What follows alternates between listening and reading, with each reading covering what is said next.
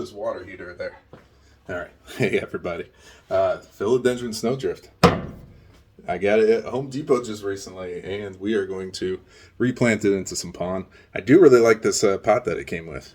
It's a nice little decorative pot, which is why it was probably, as you can see, $20, 1998. 1998. It's a good year. Yes, and we are. Excuse me. Yes, we are here in the plant dungeon. As you can see, the basement of my house. But these are southern-facing windows, so this is actually a really nice spot to grow some plants down here, as well as the fact I've got a nice little shelf over there with lights. Plants hanging from the ceiling. Plants everywhere. Welcome to my world. All right. So I'm gonna stick her right over here, past the water heater, under the lights, so we can get acquainted with its new friends. Hey, look, here's another philodendron. Maybe they can hang out and share stories about what it's like their ancestors growing up in the jungles of Southeast Asia or wherever the heck we plucked them from and brought them here to St. Louis, Missouri. Can you believe it? Oh my gosh. All right, I'll see y'all soon. Okay, welcome back to the same camera angle. I don't really know why I just pressed stop, but anyways, so we're gonna, like I said, put this into some pond. So let's go ahead and do this. This is actually my second philodendron snowdrift. My first one I did kill, and I did kill it in pond. However, I think that I will not kill it in pond this time, hopefully, of course. But this is a much more robust plant than I got before. I got like a 2-inch plug from a online retailer, shipped through the mail, and I was never really able to, keep it alive. I think it didn't do too well during the shipping process, but anyways, I think I'll have good luck with this because it is a very robust plant, as you can see, and it looks very nice.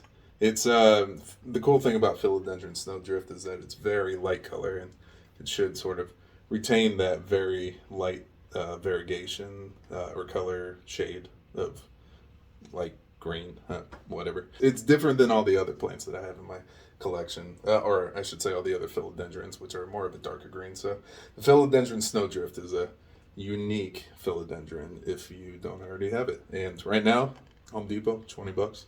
Can't beat it. You could keep it in the soil with this moss here, but this moss has got to go. Sorry. I think I'm kind of, let me do it up here. Got a little trash can right there. And I don't really need to keep the little thingies. Sometimes people like to keep these, but I know what it is. It's a philodendron snowdrift. So, yeah, I'm taking out the rest of this stuff right there. I missed the trash can. That was cool. Let's go and take her out now so that we have access to the nursery pot. And it looks like it comes in about a 4-incher, something like that. There. Let's check out the roots. There we go. But yeah, I mean, it's very wet right now. The roots aren't too bad, as you can see. They actually do look pretty good. I shouldn't need to repot this if I wasn't putting it into pond, but I grow most of my plants in pond, so that's why I'm going to do it. Yeah, so anyways, I'm actually going to take it over here and try and take off as much soil as possible. It's really wet. Once you get most of the soil off, here, I'll bring it over here. Once you get most of the soil off, you can go ahead and hose it off the rest of the way. I got this sink to the right of me over there. It's really nice because it's like hooked straight into my main drain down here in the basement, so I can wash away like really big chunks of material and not have to worry about it clogging up my pipes. But I still like to get rid of most of this soil, and I'm just kind of lightly getting my fingers through it. I bet there's going to be some roots though that we're going to have to take off, but that's all right. There's actually a tiny leaf here I'm just going to take off. A little bit of dead leaf. We got these sheets right here where the leaves come out of. I'll probably remove the bottom ones at least. So while I'm untangling these roots, let me just go ahead and talk about this channel a bit. I did upload a couple videos a little while ago, and they're fun. I like making videos. I have another YouTube channel that has a couple thousand subs on it, and that was kind of my primary thing for a while, but it's a totally different genre. So I wanted to switch to plants, and I thought that this would be kind of a fun thing to do. However, life gets in the way.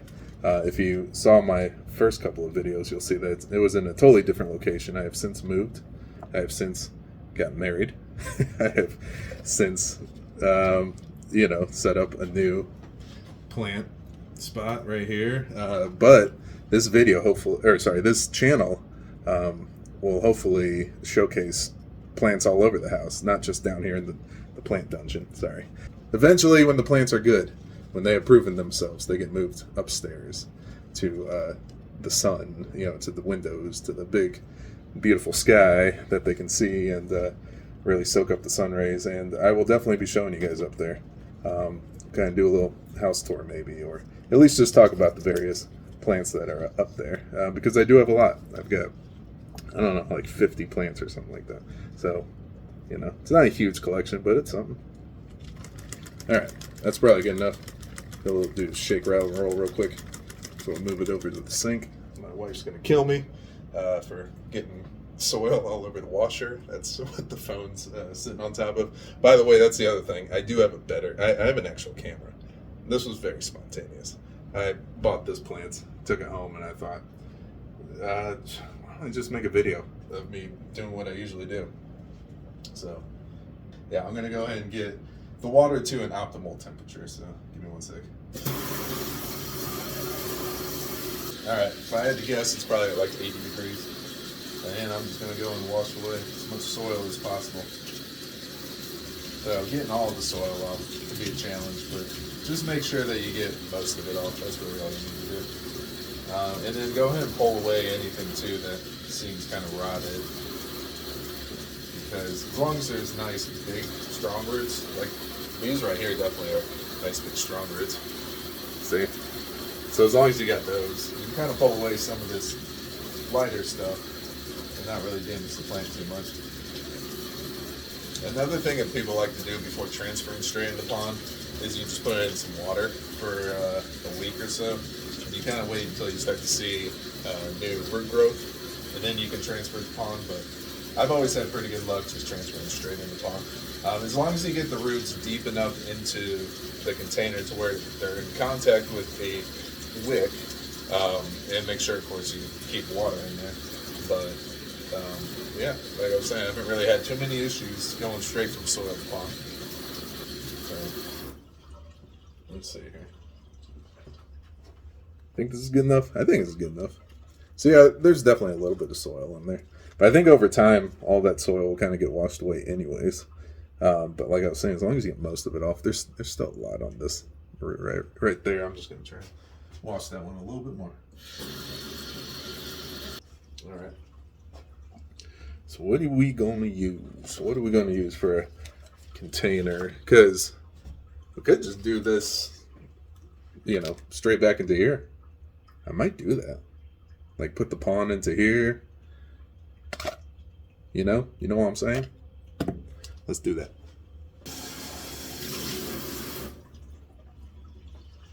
It is so nice, by the way, having a sink in your plant workstation. So makes things so much more convenient, and then you don't have to like run around and drip, water everywhere or make a mess in the bathroom or the kitchen sink. Piss your wife off, right? Anyways, so yeah, I definitely recommend putting this sink in. It was like $200 from Amazon. You can't go wrong as long as you know how to hook the stuff up. I got the the lines all right there. And then, like I was saying, the washer machine's right here, so they're actually hooked into the same line. That's the dogs. All right, so we're gonna go with. Got my own little Leca mixture right here, and I like to keep it in these airtight containers. As you can see, it's got a nice seal around. But yeah, it's your pretty standard mix right here. So you can see it's I got the I don't know, 1/4 inch or so chunks, and we're just gonna go and stick them all in. Actually, Shouldn't put that much in there. I usually use a wick system actually, but I don't think we're going to do that since this is just going to sit straight down into the cash pot itself. So I've got it, what is that? I don't know, like a third of the way full. Spread it out a bit. Yeah, I'm going to empty it out a little bit more. Only fill it maybe a quarter of the way full. All right, that's better. Let's go and stick this in here. When I stick a plant into a container for the first time, I like to kind of twirl it, or twirl the pot as I'm sticking it in, because that kind of twirls the roots up a bit. Twirl, that's a hard word to say. It's weird. It's weird. It sounds like troll. Twirl, troll. Sorry, I'm having a brain fart here. All right, and then once you get it all twirled up, you can go ahead and backfill a bit. And then smack it around. Make sure it gets in the roots really nicely. Let's see here. Obviously with the Philodendron too, there is a front and a back usually. However, with the Snowdrift, I'm not sure. It looks like that right here though is the back. So I'm going to try and get that sort of more towards the back of the pot while I backfill with the pond. Smack it good.